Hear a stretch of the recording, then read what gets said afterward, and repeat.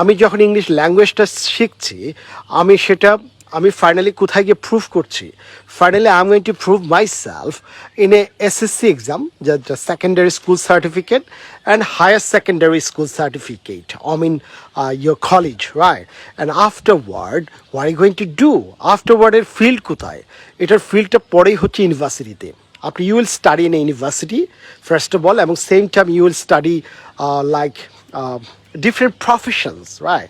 ইউনিভার্সিটিতে হতে পারে medical, BUET, university drama, doctors, anything, like any subject. But in a university, when you're going to study any subject in a university, you must have to have a English language skills.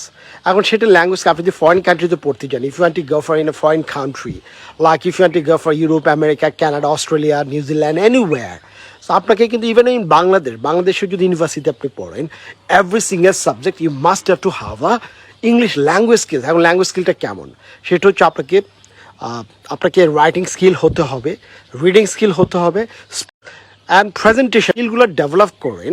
স্কিলগুলো develop করলে আপনি যখন ইউনিভার্সিটিতে পড়বেন, আপনি তখন easily presentation করতে পারবেন, আপনি বেটার কমিউনিকেশন করতে পারবেন, আপনার রাইটিং স্কিল ডেভেলপ হবে, আপনি every single things you can do it, right? You never have any problems. I mean ইউনিভার্সিটিটাই কিন্তু একটা প্র্যাকটিক্যাল ইমপ্লিকেশন, আমি বলবো যে আপনি স্কুল কলেজে যাই করেন না কেন, but university is the best implication for your knowledge, for your expertise. Alright, so foreign country or আমাদের country, wherever you want to study, you must have to have a practical implication. That's why presentation করা হয় every single subject, ওখানে case study করা হয়। Why they do the case study? আপনি foreign কান্ট্রিতে দেখেন প্রতিটা সাবজেক্টে কেস স্টাডি করানো হয়, কারণ কেস স্টাডি হচ্ছে বাস্তব জীবনের কিছু প্র্যাকটিক্যাল বিষয়গুলি নিয়ে আপনি কেস স্টাডি করবেন, and that's the best way going to learn. এখন আপনি যদি ইংলিশ ল্যাঙ্গুয়েজ স্কিলটা আপনার থাকে, তাহলে every single subject you will do the best. সেটা মেডিকেল হোক, ইঞ্জিনিয়ারিং হোক, লিটারেচার হোক, বা ড্রামা হোক, বা সাইকোলজি হোক, any subject, right? Every single subject you will do the best. আপনাকে কমিউনিকেশন স্কিল ডেভেলপ করতে হবে। এখন এই স্কিল ডেভেলপ করার জন্য আসলে কী দরকার? You need vocabularies, you need phrases, you need to better communication in written communication and oral communication. But এখন আমাদের ছেলে মেয়েদের যে পড়াশোনা করছে, সেটা কি রাইট ওয়েতে করছে কি না? এখন একজন প্যারেন্ট যদি সেটা বুঝতে না পারেন, তাহলে আসলে লং টার্মে যে you have to suffer for it, you have to long term suffer. So that's why আমাদের ছেলে মেয়েদেরকে আমি যেটা বলবো, because as a teacher I'm teaching in English and many more subjects, but English is my priority right now.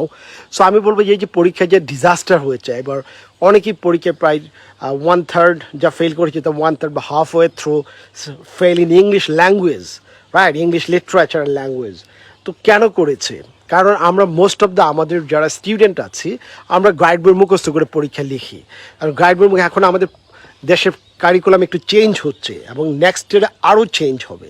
এবং কেন change হচ্ছে? কারণ বিশ্বের সাথে তাল মিলিয়ে চলতে গেলে আমাকে ক্রিয়েটিভ হতে হবে। I have to right in my self, I have to have a better communication skills, speaking and also the presentation. But আমাদের ছেলেমেয়েকে সেটা হচ্ছে কিনা?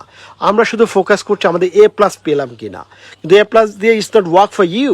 If you have to go foreign country for the scholarship after intermediate level, you have to go for IELTS exams, you have to go for like a interview for the university professors, right? So in the meantime you have to play them your proficiency, that you are debate competition, you participate in many way, you develop your English language skills for this area. So আমি বলবো যে this is the high time for our student, right? আমাদের যে recommended যে ভোকাবুলারিগুলো আছে, মানে একটা academy কিন্তু ভোকাবুলারি আছে। আমরা মনে করছি যে আমি কি ডিকশনারি মুখস্থ করে ফেলবো? No, you don't need em, you don't need to go for in a whole dictionaries. Oxford recommended 5,000 vocabulary আছে, right? Oxford recommended vocabulary. So you just learn the every single vocabularies, perfect sound, perfect synonyms, antonyms, a prefix and suffix, right? আপনি যদি vocabulary জানেন, এর সাথে prefix and suffix যদি add করেন, তাহলে আপনার vocabulary রেঞ্জ 5,000 থেকে 10,000 হয়ে যাবে, রাইট? আপনি যে রুট ওয়ার্ডটা জানেন। শুধু তাই না, আপনি এই vocabularyগুলো ইউজ জানতে হবে, how to use it, how to pronounce the right vocabulary, how to use in a context base. And context means if you do the reading, আপনি যদি প্রচুর reading করেন, reading will give you the great impression, great way to develop your English language skills, because reading is the perfect way.